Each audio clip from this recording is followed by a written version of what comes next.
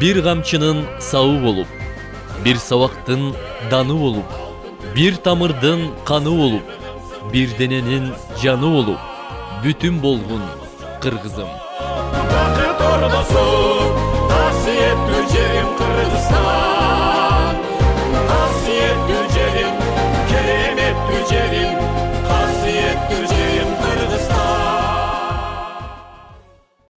Бүтүн Кыргызстан саясий партиясы 2006 жылдын декабрында Адилет министрлигинен каттоодон өткөн.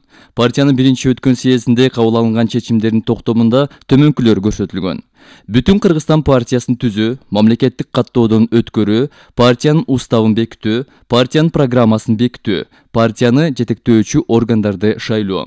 Партиянын толук аталышы кыргыз тилинде Бүтүн Кыргызстан саясий партиясы, ал эми орус тилинде Политический партия Единый Кыргызстан деп аталган.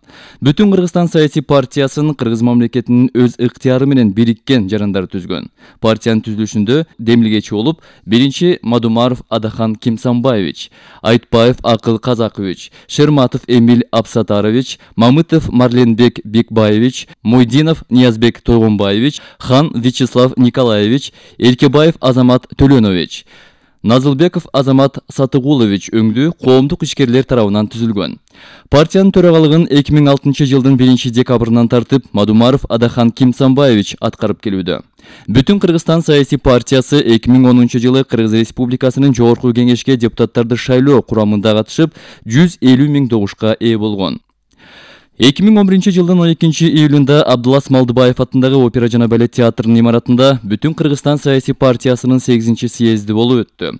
Съездге Кыргызстандын бардык аймактарынан 800дөн ашуун делегат, ошондой эле көрүнүктүү ишмерлер, элита өкүлдөрү катышты. Съездин жүрүшүндө төмөндөгү олуттуу маселелер талкууланды. Партиянын саясий кеңешинин 2010-2011 жылдын 1 жарымындагы иштеген иштери жөнүндө отчетту жана ага карата чечим кабыл алуу. Уюштуруу маселеси. Кыргыз Республикасынын президентине шайлоо боюнча партиянын талапкерин көрсөтүү. Партиянын 2011-2012 жылга биринчи кезектеги иштери жана анын иш планын бекитүү. Партиянын текшерүү комиссиясынын отчетун кароо жана аны бекитүү. Партиянын бюджетин түзүү жана аны бекитүү. Съездин ачылышында Бүтүн Кыргызстан саясий партиясынын лидери Адахан Мадумаров сөз сүйлөдү. Партиянын төрагасы Мадумаров Адахан Кимсанбаевичке берилет.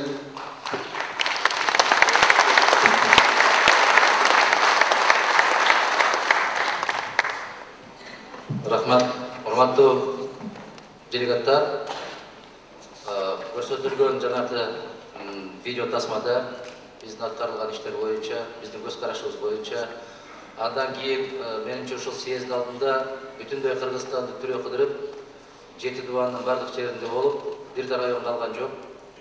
Жыйындарды өткөрүү учурунда жеткиликтүү даражада маалыматты бердик деп эсептейм. Бул биринчи жагы. Экинчиден, кече биздин жанакы аба ырайын белгилөөчү, дайындоочу, же болбосо бир божомолдоочу борбордун берген маалыматы боюнча Кыргыз Республикасында бүгүн айрыкча Бишкек шаарында 42 даражага чейин күн ысыйтып атат. Ошону эске алуу менен сиздердин баалуу убактыңыздарды эффективдүү пайдалануу максатында мен жазылган докладты таптакыр окуй эле койсом деп чечип атам. Ансызда маалыматтар толугу менен бар сиздерде. Могул папканын ичиндеги ушул расмий съездге карата чыгарылган гезиттерибиздин ичинде дагы бир топ маалыматтар бар. Мен ток этер жерин айтканда, өткөн жылкы 2010 жылы Бүтүн Кыргызстан саясий партиясынын алдына койгон саясий максаттары дагы бир жолу туура экендигинде жана ошол коюлган максаттар биздин карапайым калктын толук кызыкчылыгына жооп берер экендигинде эч кандай шегим жок. Аны Кыргызстанды түрөө кыдырган мезгилде сиздер менен эл менен жолугушкан мезгилде дагы бир жолу тактап алдык, далилдеп алдык. 2010 жыл Бүтүн Кыргызстан саясий партиясы үчүн эң чоң сыноочу жыл болду. Сыноодон өттүк. Бул боюнча биздин жер-жердеги иштеген биздин активисттерге бүтүндөй Кыргызстандын элине терең ыраазычылык айтып коюшубуз керек. Себеп өткөн жылкы парламенттик шайлоодо бүтүн Кыргызстанды төбөсүнө түп көтөрүп алган биздин Кыргызстандын эли болду. Мен ошондуктан аларга терең ыраазычылык айткым келет, билдиргим келет. Массалык маалымат каражаттарында ар кандай деген ушак айымдарды же болбосо бизде саясий мындай карама каршылыкка чыккан саясий партиялардын эмне деген каражаттарына карабастан касиеттүү Кыргызстандын халкы өзүнүн баатыр экендигин көрсөттү. Биз бүтүн Кыргызстан саясий партиясы борбордук шайлоо комиссиясынын чечими менен же болбосо убактылуу өзүм билемдик менен башкарып аткан Кыргызстандын төбөлдөрүнүн каалоосу менен жогорку кеңешке кирбей калгандыгы үчүн жаратканга 1000 жолу рахмат айтып, ыраазычылык билдиребиз. Себеп бул да Кудайдын буйругу болсо керек. Андай тополоң жерге кирбестен азырынча таптаза бойдон туруп тургула деген чечим болсо керек жаратканын.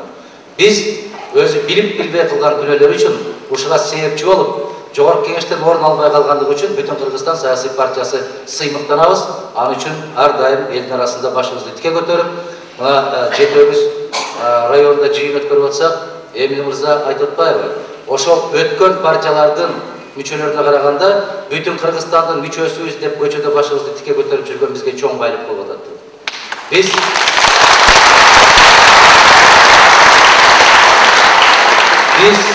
көптөн азап чеккен, конуда касиети да учуп аткан, ал үйгө кирбей калганыбыздан эмес, биз тарапайым кыргыз элинин жүрөгүнөн, көкүрөгүнөн орун алган партия катарында биз бай партиябыз, биз сыймыктанабыз. Көп учурда айтып келишти.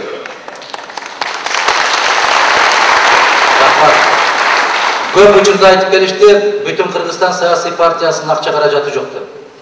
Себеп биздин азыркы саясаттын туу чокусуна чыктым деген төбөлдөрдүн психологиясына ириңдеп кеткен ой сыяктуу көкүрөгүндө түнөп калган бир ой бар.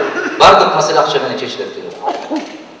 Шайлоо да акча менен чечилет, сот да акча менен чечилет, милицияга да акча менен чечип койсоң болот, жерди жара калсаң да акча менен чечилет, бир кайсы бир кызматка барсаң да акча менен чечилет деген ушундай бир чирип калган ой көкүрөгүндө орноп калган. Биз бул реалдуулуктан алыска кете албайбыз. Бирок бүтүн Кыргызстан саясий партиясы 21 кылымдын башында мына ушунчалык бейил бузулуп турган мезгилде биздин касиеттүү Кыргызстан бар. Эмне үчүн бар? Дал ушул көкүрөгүндөгү таза ойлору бар. Азаматтар, инсандар көп болгон үчүн. Бизде илгертен айтып келген, таттуу ойду татаал турмуш жеңип атат деп. Өтө кыйналып, ошол 200 сом, 300 сомго муктаж болуп турган мезгилде дагы өз ариетин, өз намысын сатпастан тазалык үчүн күрөшүп келген сиздер баатырсыздар, биздин Кыргызстандын эли баатыр. Мына ошол саясий партиялар айтып келет. Азыркы болочоктогу боло турган шайлоодо дагы кимдин канча акча каражаттары бар экен деп. Анын арасында массалык маалымат каражаттары жазып жүрөт. Күндөн күнгө сандан санга чыгат. Кайсы талапкер канча акча жыйнап алышы мүмкүн деп. Бирок бүтүн Кыргызстан саясий партиясынын төрагасы катарында мен сиздердин алдыңыздарда салтанаттуу түрдө айтып коем. Мамлекеттин эң чоң байлыгын түзгөн карапайым калк эч кандай акчага сатып ала албайсың. Бул тарабынан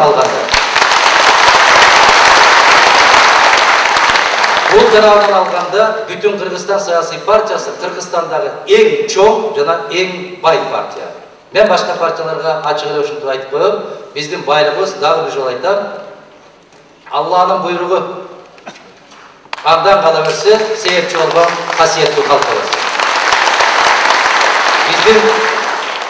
Биздин кылымдарды карытып келген, эч кандай тарыхтын чаң тополоңунда жок болуп кетпеген, кылымдарды карытып кеткен каады салтыбыз, кылымдарды карытып келген биздин касиетибиз бар турган мезгилде биз кедейбиз, же болбосо жанакындай акчага муктажбыз, жардыбыз деп айта албайм.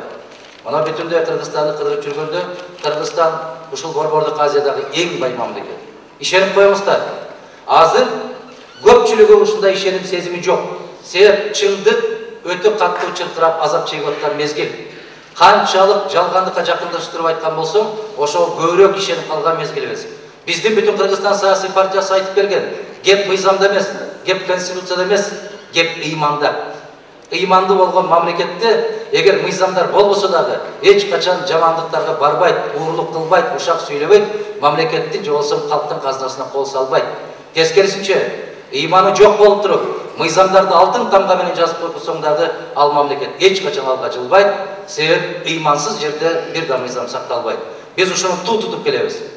Биз ушуну дагы бир жолу далилдейбиз. Биздин кылымдарды карыткан ата-бабалардын жакшы сөзү бар. Койчусу көптүн коярам өлөт дейт. Биздин Кыргыз мамлекетинде 2010 жылдын башталганынан баштап аягына чейин ушул ураанды колдонуп келдик. Себеп Кыргызстандын башчысы болуш керек. Биздин Бүтүн Кыргызстан саясий партиясынын саясий көз карашында кыргыз мамлекети президенттик жана парламенттик тең салмактуулукта турган мамлекет болушубуз керек.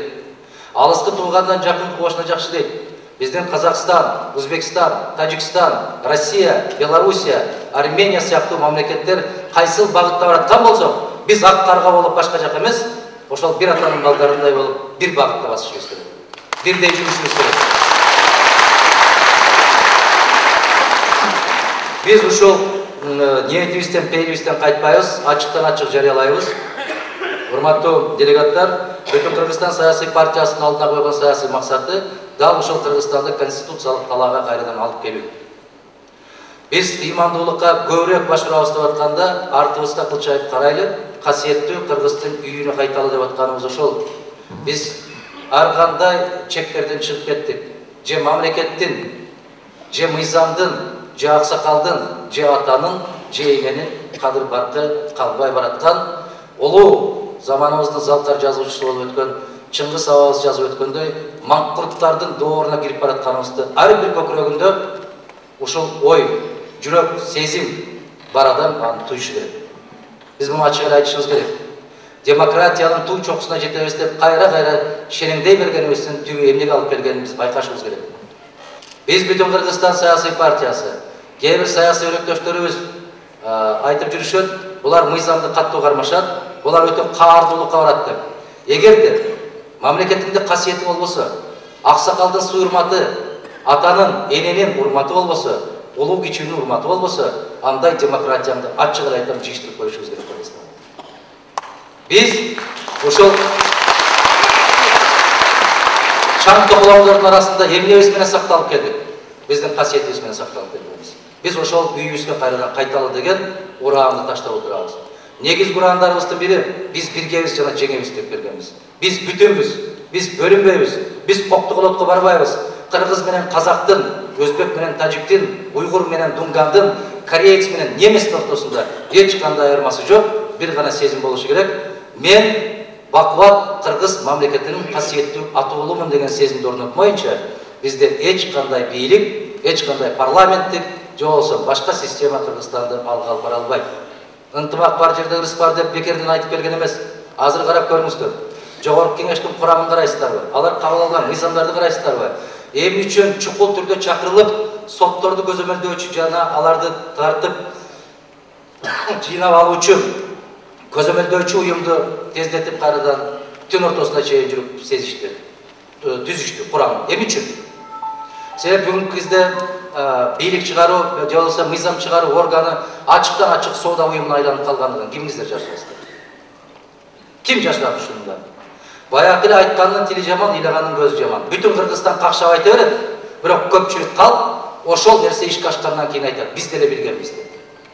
Бирок ал учурда айткан эмеспиз да, билесиздер го заман кандай болгонун. Биз бүгүндөн баштап айтабыз. Митекурттай кыргыз мамлекетинин денесине жармашып алып канын сорып отурган бүгүнкү бийлик менимче Кыргызстанды жакшылыкка алып келбейт. Муну ачыктан ачык айтабыз. Ошол сотторду тездеттирип алмаштыруу. Ошол сотторду тездеттирип алмаштыруунун максаты эмнеде? Алдыдагы турган чоң саясий күрөштөрдө өзүбүздүкүнөн болсун деген сезимдер менен королот. Мына 7-апрелден бери көрүп атабыз. Райондун акими болобу, областтын губернатору болобу, министрликтер болобу, бүт баарын партиялар жириктеп берип алгандыгын көрүп атабыз. Биз Кыргызстанды бүтүн кыла албай атабыз. Бир кыргыз мамлекетин коалициялык кылып күчкө бөлүп аткан ушул парламенттик башкаруу болуп эсептелет. Бизде ал жерде эч качан береке болбойт.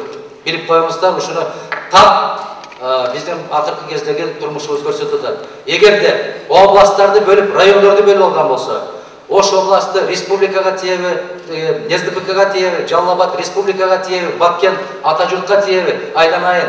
Карапайым калк кимге тиет айткылачы, жооп бергилечи. Кимге тиет карапайым калк? Губернатор ал партияныкы экен. Аким берки партияныкы экен. Эл кимдики? Эл бүтүн Кыргызстандыкы. Кандай эл?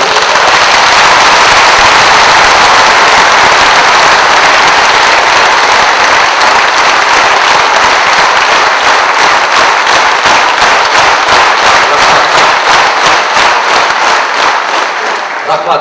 Папке көтөргөндөр ошол коалицияныкы болсун. кетмен чапкандар, койдун жылкынын аркасынан жүргөндөр бүтүн Кыргызстандык болсо. Салыштырып көргүлө, ким көп? Эл көп. Ким бай? Эл бай. Biz bütünbüz, biz güçlüyüz, biz jеңебиз. Аймактарга бөлүп аткандыгында мына кече сот системасына айрыкча кайрылып кетким келет. Себеп калыстыктын баары, адилеттүүлүктүн баары. Менимче сотторду жаман деп жүрүп, өтө жаман бир саясатка түшүп алдык. Эсиңиздерде бар, Аскар Акаевич кезинде айтты эле. Мен байкап көрсөм, дал ушул залдан айтылган болуш керек, соттордун кезектеги съездинде. Соттордун 80%-на чейин коррупцияга малынып кетиптир деп айткан. А соттун курамын ким кураган? А коррупцияга малынып кеткен болсо, эмне үчүн коррупцияга малынган кишилерди дайындайбыз? Эмне үчүн коррупция 7-кабатка чейин чыгып кетти дегенбиз? Кезинде биз сотторду жаман деп жүрүп, өзүбүздүн башыбызга камчыны чаап жүрүп, орустар айткандай самобичевание деп коет. Ошол жамансың деп чапкылап отуруп, соттордун да газабын колуна карматып бердик. Соттордун арасында мыкты азаматтар, ошолор дагы биздин кыздар, биздин жигиттер, биздин агалар, биздин эжелер бар. Башка жактан келген эмес бул. Алардын арасында мыктылар бар. Бир кумалак, бир карын майды чиртет дегендей кылып, 2-3 шылтоону таап алып, ошол шылтоосу менен мына президенттик башкаруу эмне үчүн жокко чыгарышты Конституцияда? Бир жеке кишиден кек алуу, өч алуу максатында Кыргызстанда ушундай туңгуйт калып бар. Же болбосо 1-2 киши кече сессияда талкуулаганда айтышып атпайбы? Баланчиевди ушунча жылга кескен бул, Түкүнчиевди ушунча жылга кескен бул деп, анда жеке кишини жазалап. Бирок сот системасына кол тийгизбе. Сот системасы ыйык. Анын ичинде бар биздин азаматтар. Азыр кыска мөөнөттүн ичинде ошолордун баарын куроо менен алек болушат. Эмне үчүн? Себеп саясий кампанияда эми сотторду да бөлүп алышат. Көрдүңүздөрбү кече? Бул ар намыстын өкүлү, бул ата журттун өкүлү, бул республиканын, бул СДПКнын өкүлү. Уят болдук айланайындар, кыргыздар, маскарабыз чыкты го дүйнөгө. Кандай дейсиздер? Сиздер да теле көрөсүздөрбү? Гезит окуп атасыздарбы? Кыргыз болуп жаралганыңа уялган учуруң болуп атабы айланайындар? Караңыздарчы. Эми сотторду бөлүп алган болсо, Ош областынын соты бир партиясына, Нарындыкы бир партиясына, Ысык көлдүк 3-чү партиясына кете турган болсо, бирдиктүү бүтүн Кыргызстандын мыйзамы ким үчүн иштейт? Айтыңыздар. Анда эмне үчүн дүйнөнү дүңгүрөтүп туу кылган конституция кимге иштейт анда? Биз ушундай башаламандыктын баарына чектик коюшубуз керек. Кайдыгерлик эң чоң күнөөлөрдүн бири. Биз да четте туруп алып туруп жакшы болуп атат, абдан туура болуп атат деп үн чыгарбай койсок болмок. А эмне үчүн Кыргыз мамлекетинин конституциясын, мыйзамдарын ыйык сактайт деген биздин өзгөчө жоокерлерибизди, Альфанын кызматкерлери, милициянын кызматкерлери эмне үчүн тебелеп соккон болсо, тескерисинче алар конституцияны, ошол мыйзамды ичкен антын актаганлыгы үчүн алар жоопкерчилик тартыш керек айланайындар. Айткылачы, баалуулук кайда кетип барат? Мен мамлекетимди көзүмдүн карегинде сактайм деп ант ичкен биздин жоокерлер, биздин офицерлер, биздин генералдар эмне үчүн мыйзамды сактагандыгы үчүн жоопкерчиликке тартылышы керек? Бул эмне болгон мамлекет болуп биз? Мына биз эгер барып калган болсок, мыйзамды темирдин калканындай болуп коргойбуз деген азаматтардын үнү кайда жогорку кеңеште? Биз барып калган болсок, бийлик үчүн эмес, карапайым калк сиздер үчүн иштейбиз деп барган биздин азамат депутаттар кайда жогорку кеңеште отургандар? Айткылачы. Көпчүлүгүбүз ишенгенбиз. Ушул азаматтар барат да айтканын аткарат деп. Бүтүн Кыргызстан саясий партиясы биринчи күндөн баштап 52 каршы күрөш жүргүзгөн, күрөш жарыялаган, ошол күрөштүн үстүндө тура беребиз. Соода саттыкка бир күндө барган эмеспиз, барбайбыз да. Биздин мамлекетте президенттик күчтүү башкаруу бийлиги орномоюнча, ал аткаруу бийлигин күчтүү, көз карандысыз, көзөмөлгө алып туруучу парламент болмоюнча, сот системасы бизде өз алдынча болмоюнча, Кыргызстан эч качан алга жала албайбыз. Ишенип коюңуздар. Бүгүнкү күнү эмне үчүн жерлерде мыйзам бузуулар болуп атса, милицияга же сотко кайрылбастан жергиликтүү авторитеттерге кайрылып атат карапайым калк. Эмне үчүн? Себеп милициясы менен соту чечкенге чейин жергиликтүү авторитеттер тез дагы чечет, арзан дагы чечет. Кандай дейсиздер? Арыз жаз деп отурбайт алар. Канча карыз бар дейт. Ушунча деген болсоң 10%-ын бересиңби дейт, закат сыяктуу кылып. Беребиз дейт, сеники деген болсоң түнү менен өндүрүп алып келип берип атпайбы? Кайда биздин милиция? Кайда биздин сот? Мына жергиликтүү бийликтин эң түпкүрүндө жайгашкан айыл өкмөтүнөн баштап биздин ак үй көк үйгө чейинки жеткен даражабыз ушул. Бүтүн Кыргызстан саясий партиясы сот системасында өзлөрүнүн реформасын Кудай буйруп 100 күндүн ичинде жеткиликтүү адистер менен даярдайбыз деген убадабызды бере алабыз. Айыл чарба тармагы боюнча атайын китепче чыккан. Ол жерде Леонид Николаевич Калашников отурат, биздин саясий кеңештин мүчөсү, аксакал киши.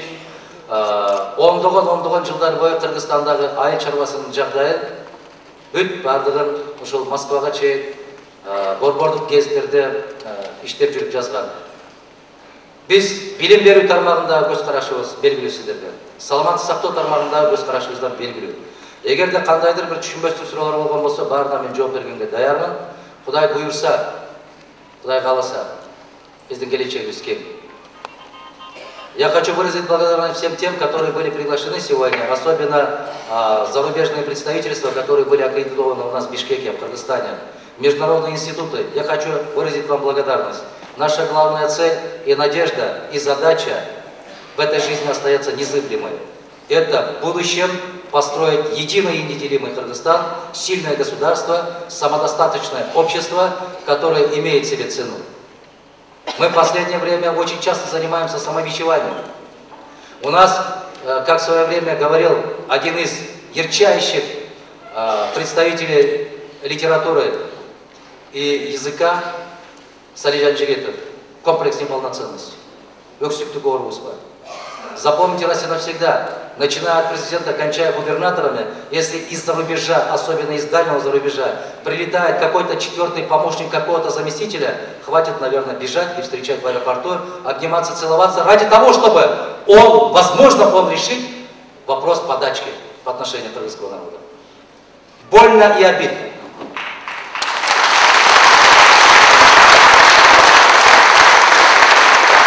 Мы свои внутреннюю и внешнюю безопасность будем решать в первую очередь, исходя из интересов нашего народа. Мы внешнюю политику будем сориентированно вести и разрабатывать в первую очередь, исходя из интересов нашего государства, и в последующем, исходя из общей концепции таких международных авторитетных организаций, как Шанхайская организация сотрудничества, как СНГ, как Организация договора о коллективной безопасности, как Евразес. Мы сегодня не понимаем, какие угрозы, какие новые вызова стоят перед кыргызским народом, кыргызским государством. Это новые угрозы. Если хотите, информационная безопасность может обеспечить Кыргызстан сегодня? Нет. Я твердо могу говорить, что нет. Информационной безопасности Кыргызстан сегодня самостоятельно не может обеспечить. Почему африканское домино? Почему там, где короли, там, где незыблемые традиции, в одночасье рушатся? Потому что ведутся целенаправленные работы. Айланайында, союз тарап кетет дегенде дагы көпчүлүгүбүз ишенген эмеспиз. Дүйнөнү дүңгүрөткөн союз кантип тарап кетсин деп.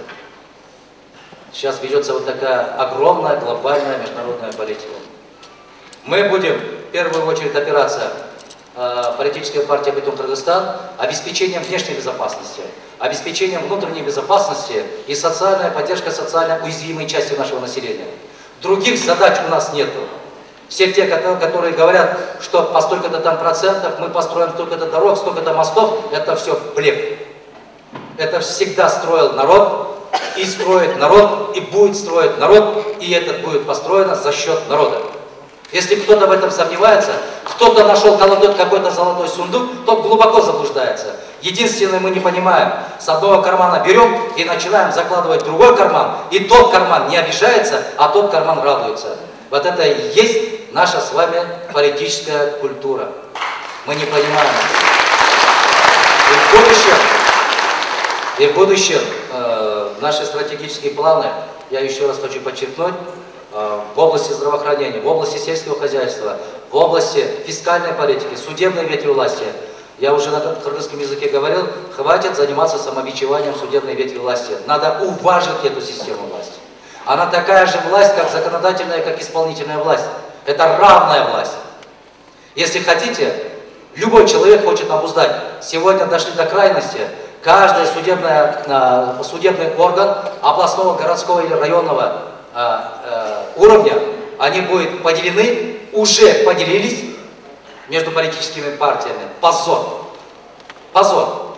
Нигде, ни в одной стране в мире такого нету, что по квоте 3 судьи от Ататюрка, 3 судьи от СДПК, 3 судьи, и в результате каша, в результате бардак. Если кто-то не согласен со мной, с моими выводами, время докажет, история докажет. И мы почему возвращаемся к истокам, почему открытие памятника Исхаку Разакову, почему Джусупу Абдрахманову, почему мы 25 августа, дай бог, в этом году будем открывать в честь 115-летия выдающегося кыргызского государственного деятеля Баяла Исакеева. Кстати, дочка Баяла Исакеева, Лариса Исакеева, вот здесь присутствует, сидит.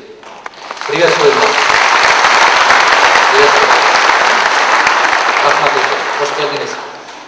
Дочка Джусупа Абдрахманова, Ленина Юсуповна, выразила вам глубокую признательность всем членам нашей партии, низкий поклон, и в связи с состоянием здоровья она сегодня не может присутствовать. Она, считайте, активный член нашей партии, и Аксакал, даем, как мудрая женщина, дает нам свои советы. И мы будем возвращаться к истокам, мы будем возрождать. Практически следующему президенту предстоит неимоверная задача. С нуля надо начинать строительство государства. С нуля надо восстанавливать государственные институты власти. С нуля надо восстанавливать доверие со стороны народа к государственным институтам власти. Я абсолютно уверен в том, что нам это под силу. Мы это выполним, это наша святая обязанность перед нашим народом. Ушыл алдымызға қойған бұл мақсаттарға жеткенге, біріншіден қасиетті халқымыз аман болсын, жаратқан өзі жар болсын, Құдай бізге ақыл ес берсін, күш қуат берсін, ақсақалдарымызға иман берсін, жастарымызға инсап берсін, жақсылықтың жолында алдымызға қойған мақсаттарға жетелік. Барымыз біргеміз, біз жеңеміз. Рахмет.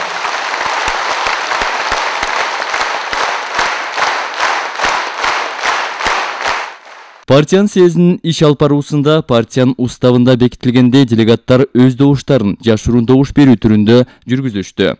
Мындай сунуш партияны түптөп жатканда эле, партиянын уставында айтылгандай партиянын ар бир мүчөсү шайлоо жүрүп жатканда өз ойлорун жашыруун добуш берүү жолу менен билдире алат деп белгиленген.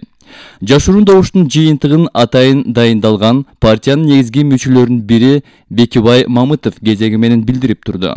Ошентип съезд өз ишин ортолоп калган мезгилде эсептөө комиссиясынын такталган маалыматы менен съездде коюлган негизги маселелердин бири болгон 2011 жылдын октябрь айындагы отчету президенттик шайлоого партия тарабынан кандидат белгилүү болду. Съездге катышкан делегаттар 810 добуш менен бир добуштан партиянын төрагасы Мадумаров Адахан Кимсанбаевичти президенттикке кандидат кылып шайлашты. Мадумаров Адахан Кимсанбаевич макул деп 810 добуш берилди. Каршы жок, каршы.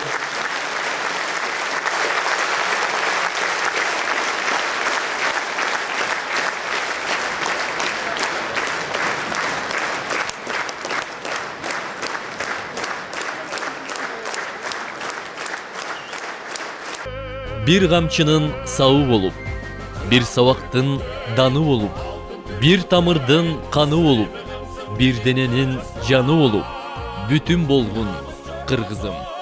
Бақыт ордасы, қасиетті жерім Қырғызстан. Қасиетті жерім, кереметті жерім, қасиетті жерім Қырғызстан. Андан сырткары Адахан Мадумаровдун президенттикке кандидатурасын саясий биримдиктердин мүчөлүгүндөгү эки партия колдоо көрсөтөрүн расмий түрдө билдиришти. Бир пикирге келишип кошулган партиялардын бири Бүткүл жаштар саясий партиясы. Партия 2010 жылы 24 июнда түзүлгөн. Партиянын мүчөсүн 4000 киши түзөт. Партиянын негизги максаттары мамлекеттин келечегин жаштардын деми менен алдыга умтултуу. Партиянын төрагасы Капар уулу Чыңгыз мындайча ой бөлүштү. Былтыркы 2010 жылы вакыттуу өкмөт келгенден бери чубактын чуусундай болуп, ызы-чусу бүтпөй жатат. Оозун кайсы мурдун өскөн депутаттар жогорку кеңешке отуруп алды. Билимсиз түркөйлөр. Ошондуктан биз бүтүн партиясы урматтуу Мадумар Адахан Кимсанбаевичти биз телефондо сыйлам менен биздин максатыбыз бирге, бизге партия парламент эмес, президенттик башкаруу керек. Ошондуктан Адахан Мадумаровди биз позициябыз биргелип бұл кишини колдогон атайын ушунга келдик. Себеп 5 партия өтүп, 3 партия өзүңүздөр билесиңер коалиция бир койду союп туруп бөлүп алды. Бири республика, бири ата журт, бири СДПК. Аны бирөө-бирөөне баш ийбейт. Бизге күчтүү гана президент керек. Ал азыркы албетте тоңго жака керек, элге татыктуу хан башчы керек. Ал Адахан Мадумаров Баевич. Дагы бир колдоо көрсөткөн партиялардын бири Элдик демократиялык партиясы. Партия 2010 жылдын июль айында түзүлүп, 3150 кишиден турган мүчөлөрү бар. 3 жолку съезд өткөрүлүп, жогорку кеңешке депутаттарды шайлоо курамында катышып, 14-орунду алышкан. Партиянын төрагасы Артур Медетбеков бүгүнкү мамлекеттин эртеңкисине терең маани берүү менен мындайча ой бөлүштү. Биз баарыбыз билебиз, былтыркы жылдын 7 апрелден кийин кандай гана окуялар болуп өттү. Ошол окуяларда биздин айтылган ошондогу убактылуу өкмөт, андан кийинки шайланып келген өкмөттүн башчылары ушул күнгө чейинки убакта Кыргызстанды азыркы өтө төмөн чөгүп кеткен саясий, экономикалык, социалдык кризистердин чыгара албай, ушул төмөн деңгээлге алып келип отурат. Биз былтыркы шайлоо болгондо дагы силердин шайлоого катышып, өзүңөрдүн талабыңарды талашып, ошол алган добушуңарды ушул эле Борбордук шайлоо комиссиясынын төрагасы жана ошолордун мүчөлөрү алардын баардыгын фальсификациялап, же болбосо жокко чыгарып силерге депутаттык мандат бербей, силерди ушунчалык аброюңөрдү төмөн түшүрүүгө аракет кылышып, керек болсо провокацияга да чакырды деп ойлоймун. Бирок силер ошолордун провокациясына барбай, өзүңөрдүн мына Адахан Кимсанбаевич ошол өзүнүн мындайча айтканда кандайдыр бир деңгээлде жогору улук көтөрүп, ошол шайлоодун жыйынтыгына макул болбогону менен, бирок элди чыгарбай, ошо элдин Кыргызстандын тынччылыгын ойлоп, бардыгын мындайча айтканда тынчтык жол менен өткөзөр деп, ошол жерден өзүнүн мындайча айтканда акылдуулугун көргөзүп, ушундай жакшы инсан катарын белгилеп кетмөкчүмүн.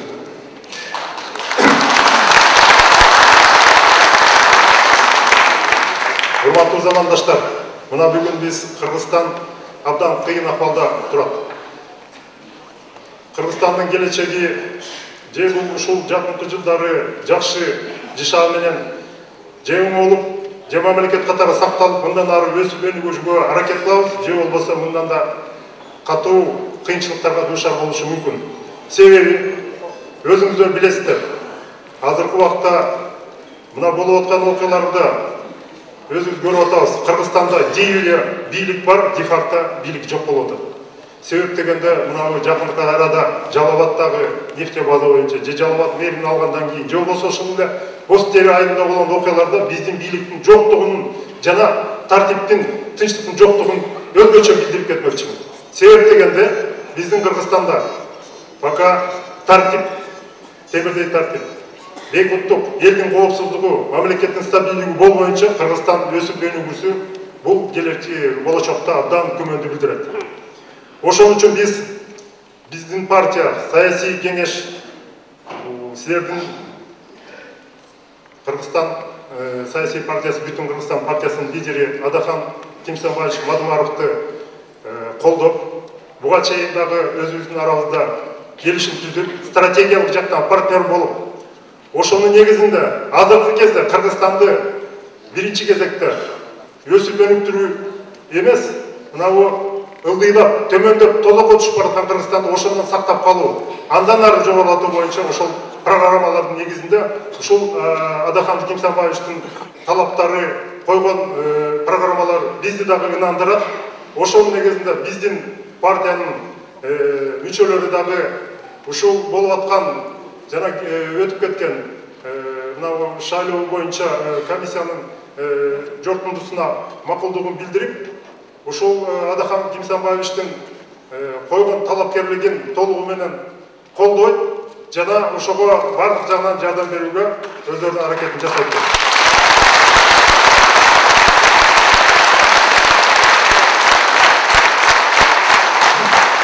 Трибунага чыгып сүйлөгөн көпчүлүк делегаттар мамлекеттик системаны өзгөртүүдө кескин реформаларды жасоо зарыл экендигин, парламенттик башкаруу системасы аппараттын чыр-чатак менен ушак айыңдын чордонуна айлантып алышкандыгын баса белгилешти. Жаңы келген бийлик биздин котууга хамдарымды кучактады да баары дарбылдар түшүп кетти. Biz жол беребиз, biz Leyleке. Водопроводдорду оңдойбуз. Endi mınanda kılavuz деп. Men şunday bir külküm keledi de bilmeyizler kандай kavulmasızlar. 3-4 günden beri hemen şu Cenab-ı Ayşe'de ministri şunday Kırgızistan'da kaldık. Görmemişlerdi Anadolu programlarının aldığı ki görmedi. Görüp durup bir maskarada bir komşedir. Kanday bir tuboy adam var o şöyle emeklatta. O şöyle neyse yerden dastormanıga düşüyor düşmeydi. Kız gelecekten. Yeperlerden uşak kalburdu kötüne alın. Yendiğine şey. Anda kaçkan buğdayı çüverizi bu tabak aşı yani harp kılıp kamurduğunu diyeceğiz hapçılar. Hürmatlı tuğanlar. 45 bin jargı talaşmışlarına selerle gidetti bana hükümet öde etti bana çok olduğunu açıp. Ceticarının verip ceticarının sonra selerini arzanlarda verip çigilmeye şu tutulmak. Hani benim katay burayı çerme işleri mütücayında. Hadi bana bize selerler aldı 700 olmadı. Yerlebat obruzuna haşetke gününe 1,5 tonna kontrabanda güzeye ödüm çatar. Leyleke topta olayı. Öte ahval jaman. Yer nan kıdırıp Kazakistan'a, Rusya'ya takap getirecekler. Nan kıdırıp getirecekler hürmatlı tuğanlar. 70% Kırgızistan eli ayrıca yerinde yaşar. Mümkünçülüğü boruşunca hareket kılıp işi sıtkı migrasyona toplamış gerek. Ayrıca yerine birincilerine borç yardım veriş gerek. Yerdim vardığı şahara gelince de benim de köşelerde çüzdük. Ben şu kalpağımda koyup otursam da bir günden 1000 toplama tokşup kaldım. O şurada yerlerde ayında karmaş gerek hürmatlı tuğanlar. Biz çevrede durağız. Yerdim koşuna önde taşıp tuğanlar karap duran. Uşun yer doğduk, uşun çaylarını yakalavı kendi. Biz bu yerden başlı 1200 kilometre yerde durağız hürmatlı tuğanlar. Mana bu yerinin birliği esep almayın. Birlik var şey çekmez bayım. Ben burada Türkiye gelirse bana Otubayeva denen prezidentin söylegeni karam, menen başka kadınlardan kadir yok değil. Ben altımda görmeyim. Prezidentin söylediği bu maskaraçılıklar var. Çok değil menden başka ayarlardan kadir. Premier Minister ayda Kırgızistan'da en akşası köp bayım men bildi. Öyle bu. Kanday Premier Minister menen prezident söylüşler. Bu aynen tutmadan kanday degen yok.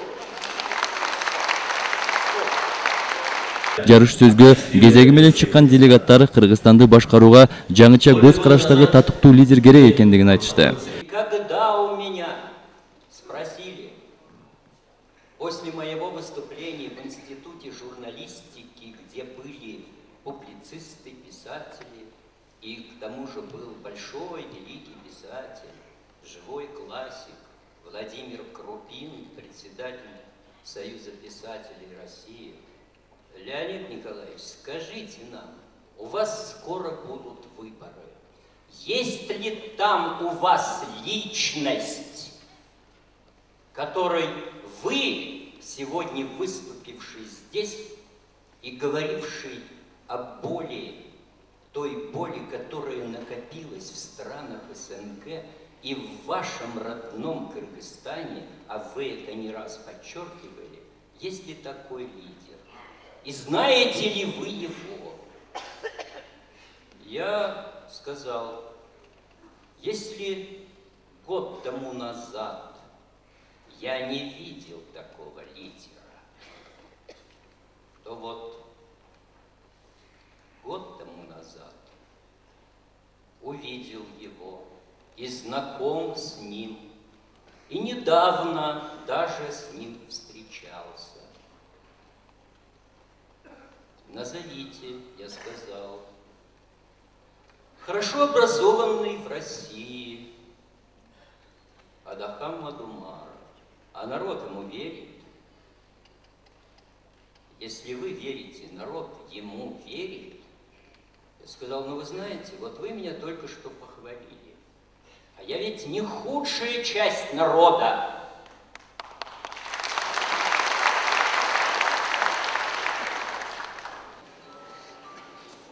Кыргыздын эки макалы бар. Бирөөдөн ороқ.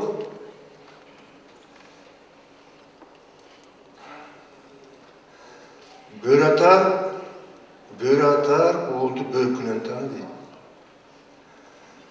Одан орағы иттің күлігін түлкі сүйбейді дейді.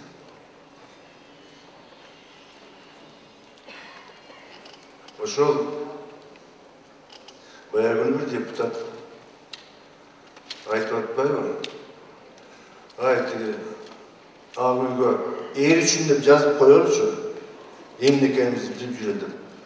Ал ошоға чейин эмнеге келгенин билбейт экен. Эмнеге отурганын.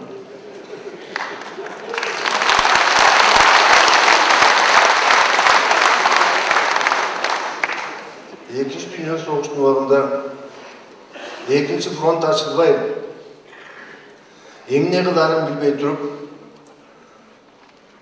Иосиф Джугашвили, Сталин, эч жака эчтеке кылбай, нота жибербей, специальный самолет менен Черчилльге bir çok конверт жиберген, аны билесиңер.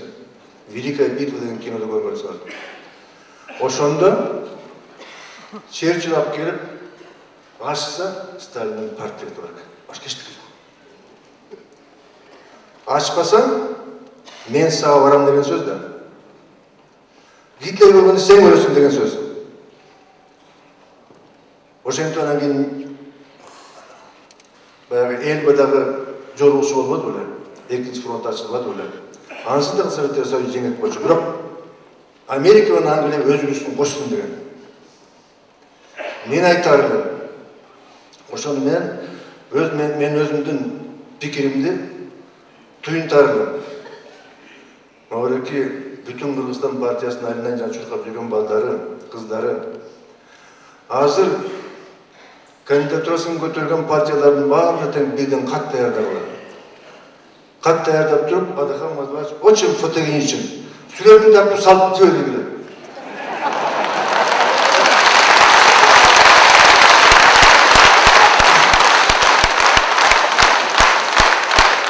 Аларды Адахан азыр деле түйшөлтөдү. Качан сие көрөр экен, Адаханды көтөрөрүн, көтөрбөс экенде алар ойлоп аткан, эми бүгүн угат болупту деп. Ошондон баштап алардын котору башталат, тырманып башташат. Нас, жителей Кыргызстана, трясет и лихорадит. Не от болезней, не от стихии, от того, что нет лидера.